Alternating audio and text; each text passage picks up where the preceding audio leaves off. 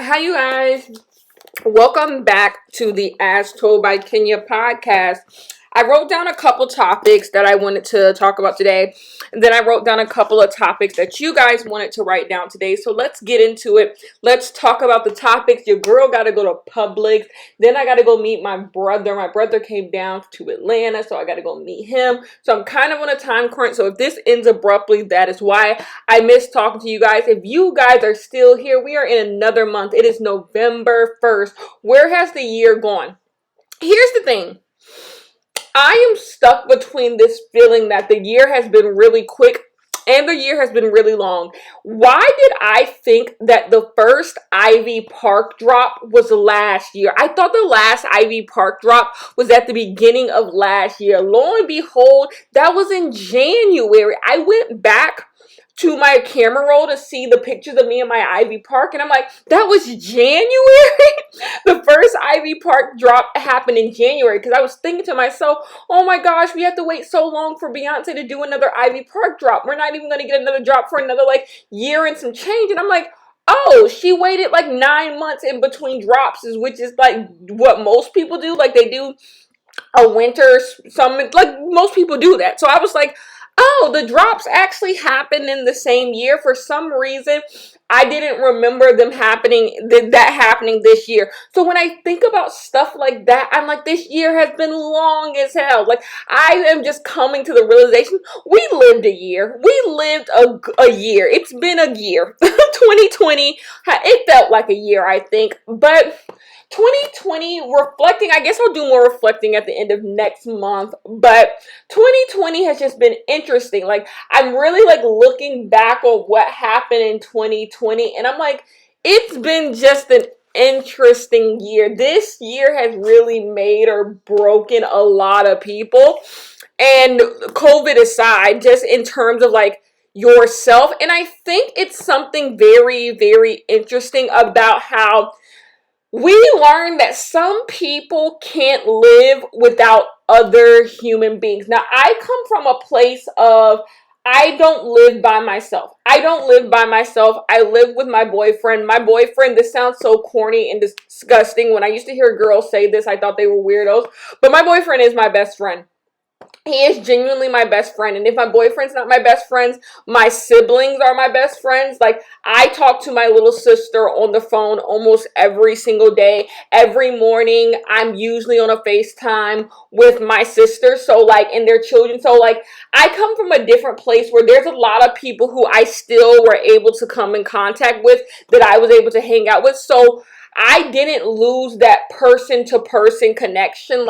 Every day I talk to someone. There's times that my boyfriend will go out of town or I'll go out of town, and so we don't talk to one another. But every single day I have someone to talk to. And a lot of people don't have that. People who lived alone kind of didn't have that same thing that I had, where they had someone to talk to every single day, and I did. So I can't necessarily say that I had the same quarantine experience as others, but I think there's something to be said about the people who are spending time with people that they don't even know personally. Take family aside and best friends aside, people who are just hanging out with associates, people who they but y'all not friends, y'all don't talk every day. The fact that you can't even stay away from those type of people. Yes, unfortunately, I'm looking at Meg Thee Stallion. To me, I love Meg Thee Stallion with all of my heart, but Meg Thee Stallion has been the quintessential did not give a damn about COVID-19, did not care about Meg Thee Stallion has not cared about this pandemic since it has begun. Meg Thee Stallion has been up, down, left, right. She in Atlanta, she in New York, she in Cali, she in this. She's been everywhere. Meg Thee Stallion has not missed a beat. I see Meg Thee Stallion more now than I saw her pre-pandemic. I promise you, Meg Thee Stallion go everywhere. Meg Thee Stallion be everywhere. Like, she is everywhere. So she is just the face of I think she's the face of the we don't give a damn. She is the face of the we don't give a damn in this pandemic, because she does not care. She don't care what you think about her not caring.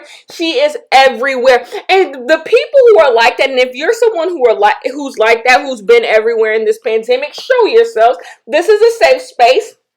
It ain't a lot of us over here. There's a lot of us, but it ain't a lot of us. It ain't YouTube a lot of us.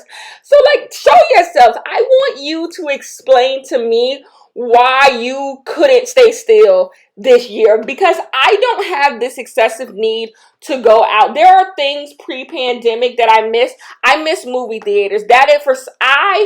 Once this is all said and done, I know I miss movie theaters. I underestimated how much movie theaters matter to me. Like, going to the movies matters to me so much, and going out to eat. Just recreationally going out to eat, or having the option to go out to eat. Like, sorry you guys, I love Hooters. I love Hooters, judge. And I love just going to Hooters. Like, if it was a Friday night and I just wanted to go out to Hooters, I enjoyed, part of being able to do that made me feel good. Being able to just go to the movies, whether the movie be good or bad, just being in the movie, eating nachos, eating a slushie, I love that. And I didn't even realize how much I loved that till I couldn't do it anymore. I love that. I love going bowling. I miss bowling. Just the small recreational things that were so minute. When I would go bowling in the week, I wouldn't even tell people, hey, you guys, I went bowling, because it just was such a little blip on my whole schedule. But I love doing those things, and I didn't realize just how much I enjoyed doing those things until I couldn't do anymore. So I had my things that I may or may not would risk COVID for. No, I wouldn't risk COVID for bowling or movie theaters, but I miss it. I do miss it. I don't understand the people who they still gotta be out and about. They couldn't give it up. The people, if you're one of those people who just couldn't give up being in the mix, if you just had to be mixy this whole year, explain to me your obsession with being mixy. And then it's more than just an obsession with being in the mix, being in the party of it all. Why did you have to post it? Why did you have to post you in the mix? Some people have two things they have to ask themselves. Why can't I sit down? And two, why do I have to show the world everything that I do and show them that I'm not sitting down? Because there's two issues there. I think some people, here's my answer to that. One, silence will kill you. Silence will, when you are left to your own devices, when you are left to yourself, it will kill you if you don't like yourself. If you don't like yourself, or if you don't like the position that you are in, or you don't like who you are as a person, silence and being alone will kill you, because you don't even like you. You don't like you.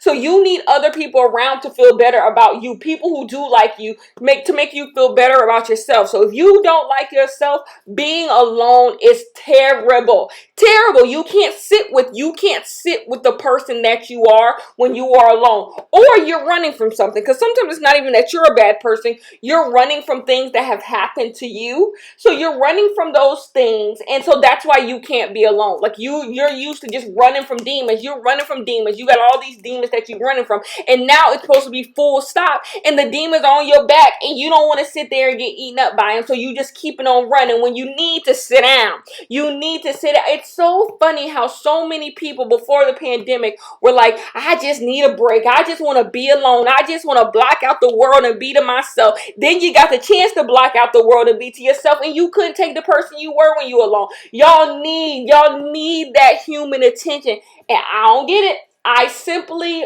do not get it. I said I had two answers to that question, but I don't think and then the other one is, y'all live for other people approval. Y'all live for other people's validation, and so y'all have to be out and about. If nobody sees you, you don't think you exist. That's a word. I'm sorry, I just ate a piece of pear, but that's a word. Some of y'all don't believe you exist if no one sees you, and that's sad. If no one sees you existing, you believe you have not existed, and that's just not the case, love. Your life still goes on whether someone sees you or not. But since we are also talking about COVID, we have to start having productive conversations around COVID, and y'all not gonna like this one. this is not going to get better. We are not going to be safe to travel between countries and really even between states safely until the good vaccine comes. Whatever Trump is going to do if he gets elected president again on Tuesday, that's the bad vaccine. Until the good vaccine comes next year, y'all, we not going nowhere. Like, people keep saying when COVID cools down, I think we were beyond COVID cooling down, you guys, in about June. June was, if we didn't have things under control by June, it was never getting under control. That is where I think the people who are running around being mixy don't realize. June was the cutoff, my loves. June was the, if we did not have the number that's low as they could possibly be by June, we wasn't having a cool down. It's not cooling down anymore, you guys. June was our cutoff. June was our get your life together by June. So from March to June, we should have flattened the curve and we could have been out and about, at least safely. There was never going to be an out and about like crazily, but we could be fine. Like, maybe you could go visit other states. Maybe you could do small things, you know? We're not there because y'all didn't stay in the house. That's the thing. And it's so funny. The main people who are like, I'm sick of COVID. When is this going to get over? This is going to pass. Be the main ones out and about, not realizing you the reason why this not going to pass. You might not have COVID, but somebody else do. Like, you're the reason why this is not going to pass, my love. So we have to start having more productive conversations around COVID. And the productive conversations we have to have is that this is not going anywhere until there's a vaccine. We are at vaccine time. Like that is their saving grace at this point. Flatten it, it's not going to happen. We've gone too far. We've gone too far. Like, at this point, all we're going to do is have to wait for the vaccine. Like, so we huddle. If you like me, you kind of huddle. And, you know, I've been trying to find my own sense of normalcy, finding my own sense of like what is normal in my life. So maybe untightening the strings a little, you know. I'm not gonna sit here and be a hermit. Like, I'll go to Target, like I'm doing things, but like I'm not going to nobody's Halloween party.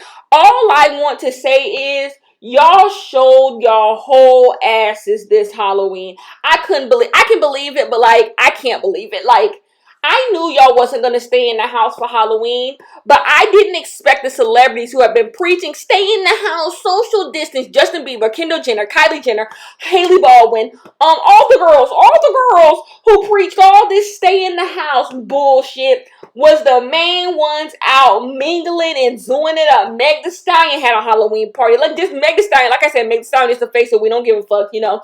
Vaccine who? She's the face of that. But I can't believe y'all was out here like that. That's why I say we are so far beyond this cooling down. Like, the Americans have just showed that we are the weakest of the links. We are the weakest of the links.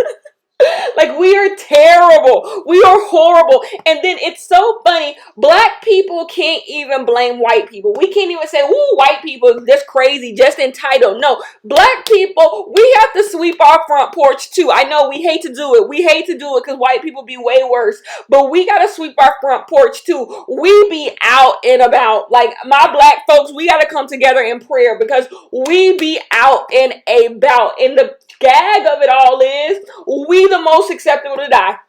We are the black number of people dying are huge. Like, don't even come close to the white. So we should be being most careful. But we trying to follow the lead of the white folks and they're gonna lead us to our death. Because I would love to say it's just white people. Ooh, white people don't care about nothing. No, you black folks have been acting an ass. Y'all the main ones in Tulum. Y'all not the main ones in Tulum, but y'all in Tulum.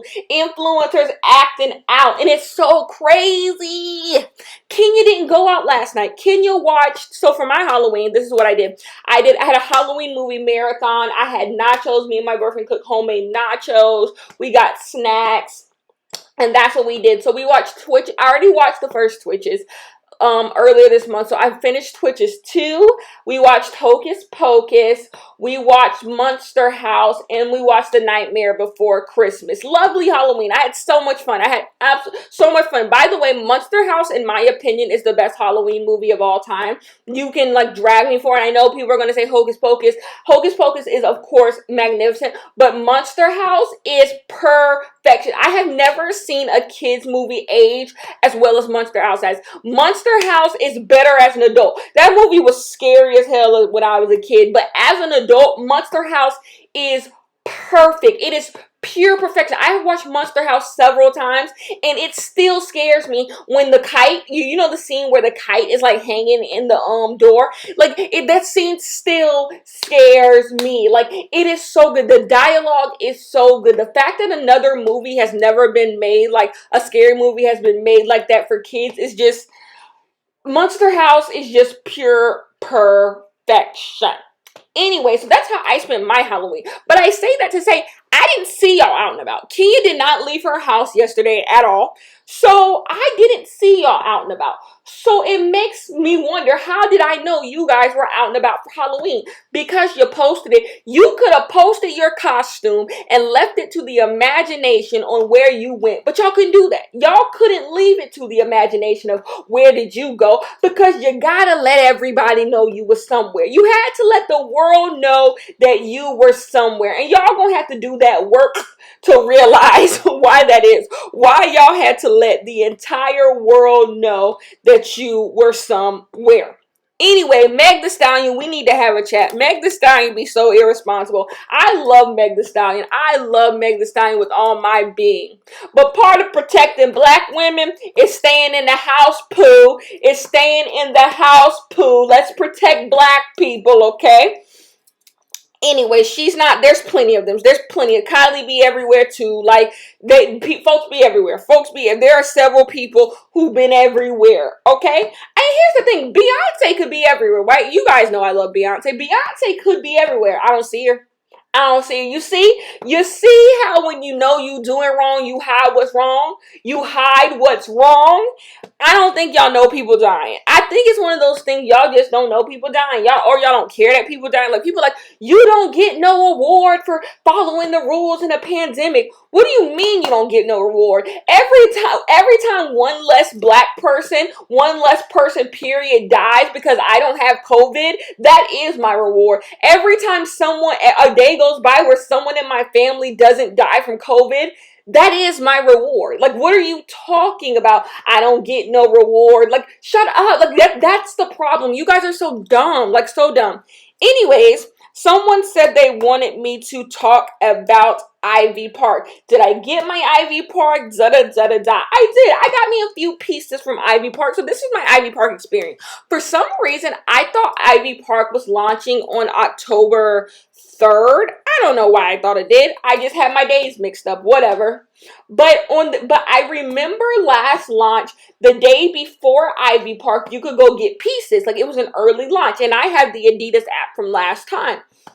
So for some reason, I woke up in the morning, and not for some reason I woke up in the morning. I woke up in the morning, and for some reason, I decided to get on the Adidas app to see what was going on. And I saw a countdown. I was like, what? I can buy stuff today?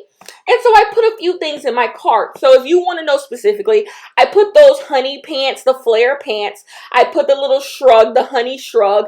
I put the coral joggers and then the coral sweatshirt. Then I got me a beanie. And that's all I purchased. But then I put the blue joggers and the that mint, you know, that color, the mint joggers and the mint sweatshirt in my cart. And so when my time came, it was 12 o'clock. I pressed purchase, and immediately the blue joggers sold out. I don't know how the blue joggers sold out. When I was at the early release, there must have been an early release. I was at the early release. The blue joggers sold out. Kenya did not get any blue joggers. So yeah, I spent $400 on all of that, but I cannot wait for it to get here. I hope it gets here next week because I am thoroughly excited. But yeah, that's what I did. So then I tried to get more things at the 4 o'clock release, and y'all, Y'all, when I tell y'all I press purchase at literally 44001, like literally not even a second went by. Not even a second went by and I pressed purchase and all my stuff was gone.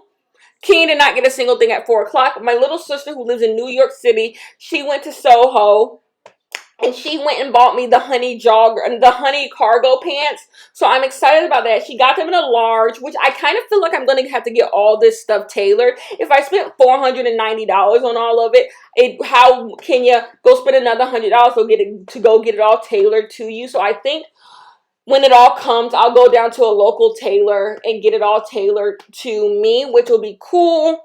So yeah, that is that. Ivy Park was good. I have been avoiding the number one topic on my list because I don't want to talk about it. But it is Trump v. Biden. Trump, like it's a Supreme Court case. It is Trump versus Biden. I am nervous. Like, I'm scared for Tuesday. I have never not looked for. Have you ever, this is how I feel. Have you ever gotten a bad report card and you know your report card is going to be bad? So report cards come out on Tuesday. You know your report card is going to be bad because your grades been bad. And you are afraid for Tuesday to come because you had to show your mom the report card. You just wish you could just skip past Tuesday and get to the end of it. So you showed your mom the punishment happened and you moved on. You wish Wednesday would just be here. Can it just be Wednesday? That is how I'm feeling. I'm feeling like, can it just be Wednesday? Like, whatever happens on Tuesday. Can it just be Wednesday? I'm trying to figure out how I'm going to like maneuver Tuesday. Like, am I going to watch? Me and my boyfriend made an agreement last night. We were watching one of our Halloween movies and we were like, this is what we're going to do. We're going to turn on the TV when the states start rolling. And if it starts to look bad, like it did in 2016, like when if Biden's not carrying any states, any of the swing states, so we're talking Ohio, Florida, North Carolina, Georgia, and yeah, if he's not carrying any of those states, Pennsylvania, we go back to the drawing board. We turn it off and we go to bed. Or we turn it off and we turn on something else, right? Right, we can't watch, like, the only way Biden has to win some of these swing states. He has to. So Biden needs to carry Florida. He needs to carry North Carolina. If he doesn't carry North Carolina, he needs to carry Georgia. He's going to have to carry some states. Like, it's not well enough to just wait till the West Coast win, or he takes New York, he takes Massachusetts. Like, no. He's going to have to carry, he's going to have to do some work. He's going to have to carry these swing states. Now, Kenya looks at the polls, right? And we know what the polls did to us in 2016. We know what happened. The story does not. We've all heard the story. But Kenya looks at the polls. Not only should Biden win, Biden should like blow Trump out. This shouldn't even be a close race. But fool me once, shame on you. Fool me twice, Kenya, you're a dumbass. You're not gonna make me look silly. Kenya's not gonna get on this podcast to the 1,000 and something of you guys and look dumb by saying Biden's gonna win and Tuesday Trump he won't be elected president. No, I'm not gonna look dumb. I'm not gonna look dumb. I'm not gonna put Trump in his cheating ways. Like, I'm not gonna undermine his cheating ways.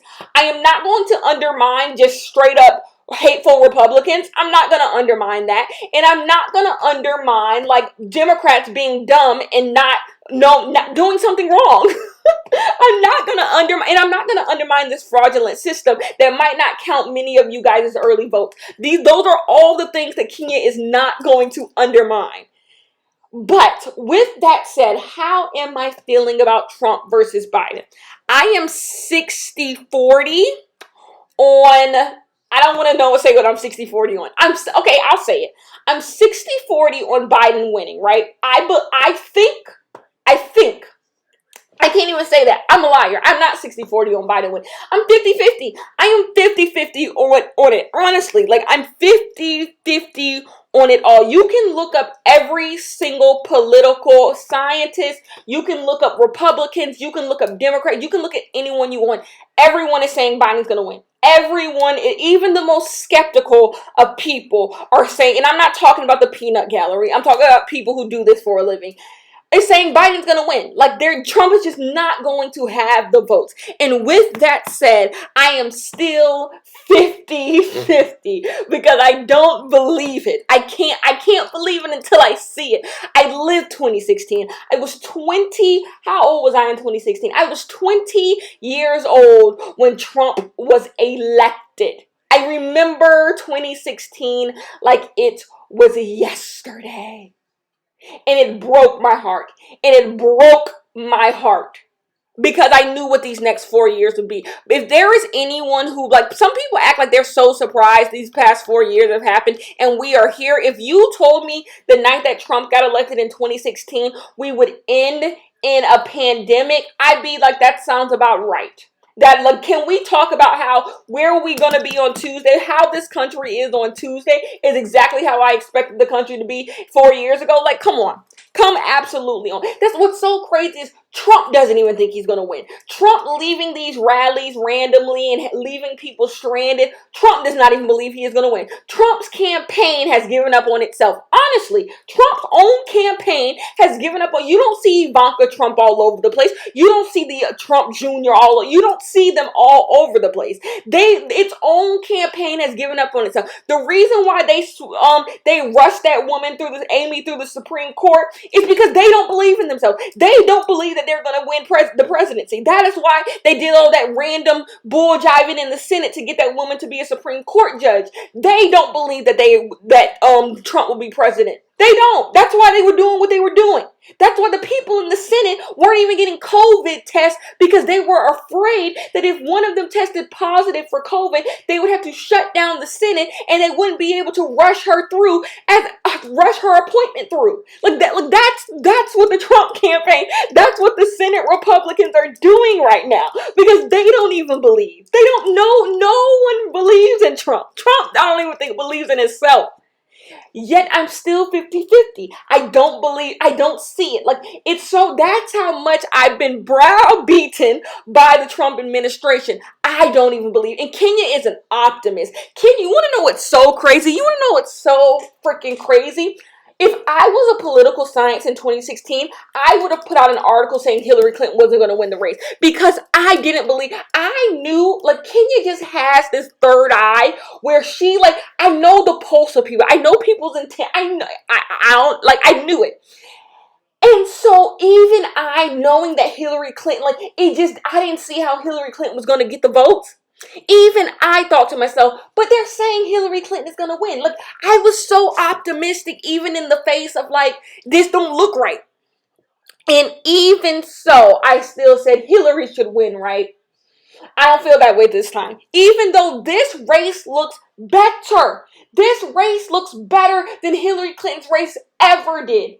Biden has run a better campaign than Hillary Clinton did. I don't know what to tell you. I don't know what to tell you. All I know is I am terrified of Tuesday. I am terrified of Tuesday. I am so scared to get my report card. I am so scared to show my mom the terrible report card. That is how I feel about I don't know. I'm thanking my lucky stars. I'm not on Twitter. I am not on Twitter. Here's what I'll give you guys.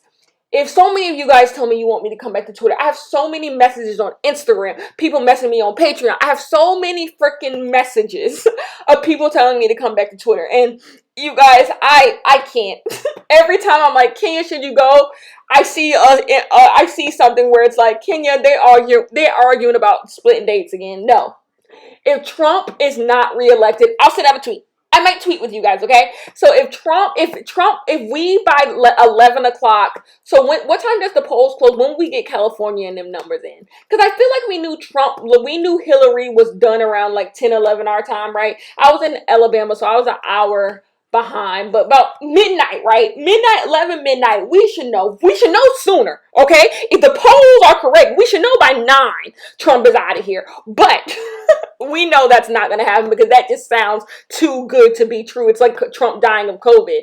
Just too good to be true. So if by 12 everything is said and done, I will come tweet with you guys. We will have a part. I will play Party in the USA out on my Beats pill as loud as I can. I will get 20 noise complaints in the morning. I will play Party in the USA, and I will tweet with you guys at midnight. But don't that sound too fun? Don't that sound too damn fun? Don't that sound too much like 2020 giving us a goddamn break? Don't that sound too much like that? So I'm worried. With that said, I am worried. 2020 has changed the way I think many people look at life. I still am an optimist. I'm still an optimist. I still bet on myself. I still believe in myself. But it's hard. It's hard. Number one, you want to know what the hardest part is? Maybe I'm being morbid when I say this. Do you don't find it weird the thought of you living for another year? Like, have you ever done something? I was watching a vlog just now, and she bought Christmas wrapping paper.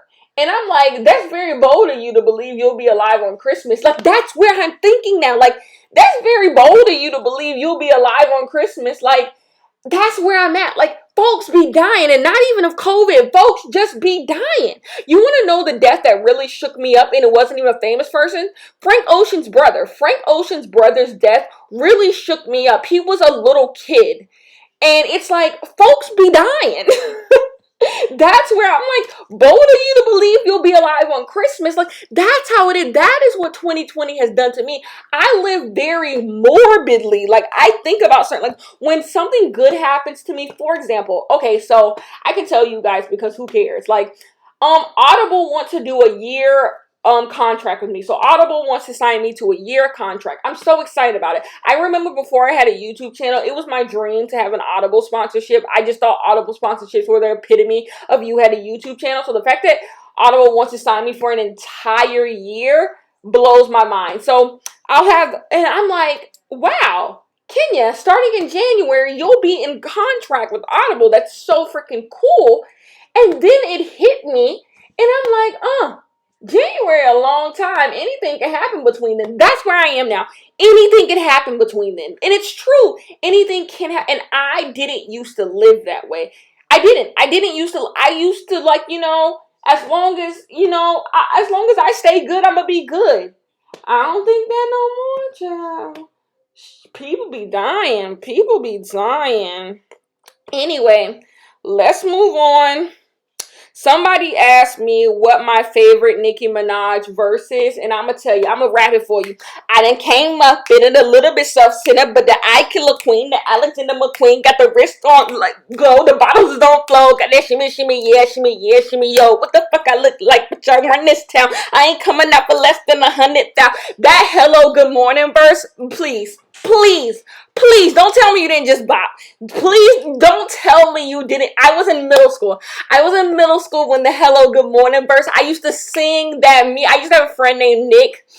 And me and Nick used to sing that in the middle of class. Like, he used to have his little phone and he used to turn, and we used to rap that in the middle of class. My favorite Nicki Minaj verse is the hello, good morning verse. Is that the name of the song, Hello, Good Morning? Y'all know what I'm talking about. The song with Diddy.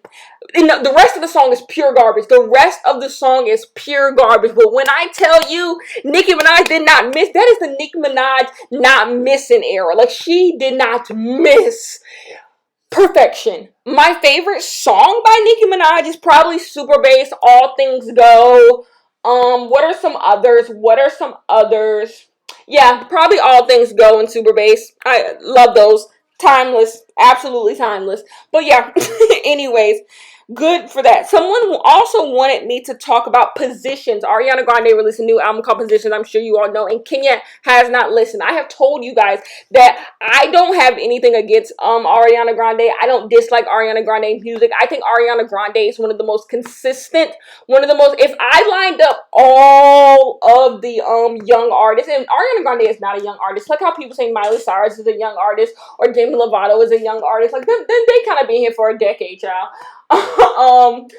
If you lined up like people like Demi, people like Miley, people like Ariana, people in that age group of music, and you were like, if you line these up and they all had to make 10 songs, whose 10 songs would probably be the best? Like if you added up, if you gave each song a score, who would have the highest score? I would say Ariana Grande. Ariana Grande is consistent. She is a consistent artist in the way that many of the artists her age are not consistent. And I think that's how Ariana Grande is able to build a fan base. Like she has a huge like fan base because she is a consistent artist, but for some reason that consistency kind of draws me away from her, if that makes any sense. And I don't dislike Ariana Grande's music. I think Sweetener was one of the best albums released that year, but B-U-T-T, but the problem with Ariana Grande for me is Ariana Grande's music starts to sound the same to me after a while. So I remember listening to Thank You Next, the album, and like the more and more and more and more and more I would listen to it, I'm like, okay, it's the same, it's another song, That's how it feels to me, even though they're not the same song. They sound totally different, obviously. That's how they start to sound to me. And so that's why I lean towards a Miley, because although Ariana Grande's all 10 of her songs will be consistent across the board, she won't make a single bad song. Miley might give you a bad song, but each song is going to sound different and it's going to sound unique to Miley. That is the difference between them. That's why I gravitate more towards a Miley and not a Ariana Grande. But I have not listened to Positions. I'm not the type to run and go listen to an Ariana Grande album. I'm just not, only for that reason only for that. But I am going to listen to Positions. I have to drive into the city of Atlanta, and that's about a 40-minute drive for me with traffic. So I'm going to listen to it on the way, and I'm sure it's good. And I don't like how people are over here giving it bad reviews. And from what people are saying, it's an R&B album. I'm sensing anti-black. Anyway, so I'm excited, and Ariana Grande works with a lot of black women songwriters, so that's going to be cool, but I'm excited to listen to it. But no, I haven't had like the time to listen to it, number one, and really haven't had like the reason to listen to it because I'm not on Twitter. If I was on Twitter, I would have ran and listened to it, but I'm excited. I am excited to listen to it. It probably is good. I'm not a big R&B person, so if it is heavy R&B, I may not like it, but I think I like it. I definitely won't hate it, right? Like I said, you can't hate an Ariana Grande song. I'm trying to think, is there an Ariana Grande song I genuinely dislike? They don't exist. Like Ariana Grande is the most consistent artist that is on the radio right now, or is making music. Like the young people who are making music, she's the most consistent artist. Like she's not gonna make a song that sounds bad, you know? Anyway, someone wanted me to talk about Nene and her little talk show. Nene is a joke. Nene Leakes is a joke. And the thing is, Nene needs a creative director. So here's my Real Housewives girlies. Hello. Nene needs by the way, Real Housewives girlies, I've been wanting to give y'all a Potomac video for so long. I want to drag Wendy and Candace so bad. But every time I'm like drag Wendy and Candace, something else comes up. And I'm like, okay, can't drag them this week. So I'm always in some mess to where I can't give y'all the video that I want to give y'all on that. Anyways, though, Nene is going to have to figure something out. The thing about Nene's idea for that talk show was good. The idea to have like a live, let's talk about the tea of the day, like on like social, like that's actually a really, really good idea if executed well. And it wasn't executed well. She found 4 men who like weren't doing anything, and she put them on a little talk show, and then they did that little stupid on an iPhone 6. They recorded it, and like it was dumb. Like Nene looks dumb. Nene is going out sad. Like if going out sad had a look, this is it. The problem with the girls on the Real Housewives is Real Housewives was their bread and butter. Here's my thing. If you know that a show is your bread and butter, then you either one need to find something else. Like pivot before you get kicked off. Learn how to pivot. Or 2, you need to bring something to that show every single season so that they can't get rid of you, okay? That is what you are going to have to do. Nene didn't do either of those things. She didn't pivot when it was time to pivot. Her time to pivot was when she left on that season where Phaedra was over there telling them lies. That's when she should have found a way to pivot. She could have come back, but she should have found a way to pivot then. Pivot, find something to do, and then come back. Like, have them girls begging you to come back. Like, we need you, Nene. That's what she should have done. But she didn't do that, and now she looked crazy. She looked absolutely crazy on that little thing. Anyway, so no, Nene, it's done for Nene in these streets. And then she's not likable. That's the problem. That's another problem with Nene Leakes. Like, people underestimate the value of people liking you. People underestimate the value of just being a nice person. If Nene was nice, her little eye, people would not have dragged her little show like that. They wouldn't have. If Nene just came across as a nice person. Kandi Burruss has had several things that, like, a mother's love. Like, Kandi has had several things that are dumb. That are absolutely dumb ideas. But Kandi comes across as just like a nice person. Like, she don't seem like the type to just be rude, you know? So people give her a break. Like, come on. Anyway, another person wanted me to discuss the Real Housewives of Atlanta trailer. I watched, and it's ghetto as hell. Real Housewives of Atlanta needs to clean the cast. Get rid of these women. No one cares about Kenya. No one cares about Kandi. No one cares about Portia. No one cares about whoever. Cynthia? Like, no one cares. Like, and I like Portia. Kenya was a good villain at one point, and Candy's fine. Like, no one wants to see them. Their time on the Real Housewives of Atlanta has just gone. Like, if you're trying to make a show like Real Housewives of Atlanta, the biggest reality TV show, which it once was, if you're trying to make that show or make it back to those glory days, you're not going to get it. And Bravo has competition. This is the gag of it all. Bravo has competition. Do y'all see what Netflix is doing with Love is Blind, Selling Sunset, all these shows? Netflix is doing Bravo better than Bravo is doing Bravo. Have we noticed? And Netflix, because it's so easy to make these types of shows, it's so easy. You can pay people pennies and they'll give you their whole life, especially if you get people who aren't celebrities. Look at Selling Sunset. Like, they'll do anything. Like, you know, they're kind of like, you know, they just want 15 minutes of fame. So Netflix is doing Bravo way better than Bravo. And it's only a matter of time before they get their own housewives. They get their own. They're going to do it. So Bravo's stale. Bravo's stale. Whoever is the person in charge of the thing, like, Bravo's stale. Andy Cohen is stale. Like, they're going to have to figure something out because no one wants to see the Real Housewives of Atlanta trailer look just as boring as last season was. Like, they got rid of Eva. And to be honest, I think if you're going to keep the cast being this cast, Eva could have stayed. Honestly. Like, I have no thoughts, no words or thoughts. Anyways, next one. Someone wanted me to talk about the Big Brother finale. Thus, I have no thoughts. Congratulations to Devon for winning America's Favorite Player. You know, there's a weird argument going on between Kevin and Devon about, like, blackness. So, Devon didn't include Kevin in, like, the Black Alliance with David Bailey and herself, and Kevin is half black. Kevin is Asian and black, I believe, but David is also not fully black, I don't believe either.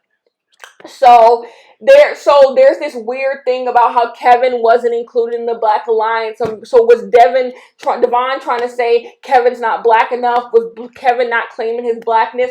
And it's so weird. And a bunch of people who don't have the pedigree are having the conversation about it. And it's really quite simple. Quite simply, Kevin does not exist in the same way that Devon exists. He just simply does not. Kevin does not read as a black person. Like, if you looked at Kevin, you would think Kevin does have something in it. He's not white.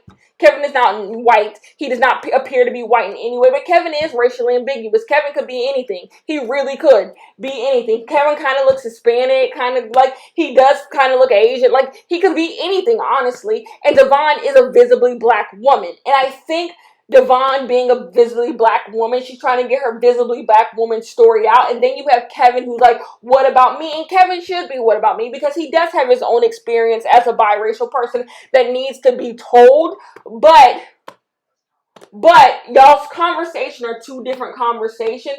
And if Devon says that Kevin has kind of distance himself from blackness until it was convenient for him, that don't surprise me. If that's the case, that don't surprise me in no way. Because I saw Kevin's first season, and was Kevin hooting and hollering at the top of his lungs that he was black? No. But does he have to? Also, no. It's a lot. They need to come and meet in the middle. Anyways, we're going to have to stop here because I do have to go run some errands. I do love you guys, and you'll hear me in the next one. Oh, yeah, but by the way, BB finale was trash. Cody being a winner is, like, unoffensive. Who cares? I hate Nicole. Enzo, unoffensive. Like, it's just blah, blah. Big Brother needs to end. I said I was going, but I'm going to end it on this. Big Brother needs to end. Big Brother needs to reconceptualize its show. The code for Big Brother has been broken. If Big Brother is a game show, it's been broken. Like, we've cracked the code. And the code is whoever is the first HOH, build an alliance of 7 people, have the 6 or 7 people in your alliance build sub-alliances, and then y'all run the game. That is literally how you win Big Brother. And one of y'all will win. Whoever rises to the top of that alliance will win. And usually the person who rises to the top of that alliance is the person who won HOH the first week. Rise to the top. So really the game is literally between 7 people. You have all these people in the house, and the game literally ends up being between 6 to 7 people, because that's how you break Big Brother. All you have to do is whoever is the first HOH, that is the person who is in power. And all y'all have to do is make sure y'all win week 2 of the HOH, and you solidify your alliance. All y'all have to do is win back-to-back HOH. When it comes down to probability, there's 7 of y'all in a goddamn alliance. Of course one of y'all is going to win the next HOH. And if y'all don't, y'all already have these sub-alliances, because that's the only way it works. You have to create your own sub-alliance. So it's 6 or 7 of y'all. Between the 6 or 7 of y'all, go create little sub-alliances with the rest of the little folks. So just in case one of them win HOH next week, we'll be safe and we'll get them to target somebody else. And then boom. That is how you win the game. Big Brother has been broken. They need to reconceptualize their entire game. Anyways, that is the end of this podcast. Love you guys so much, and you'll hear me in the next one. Bye-bye.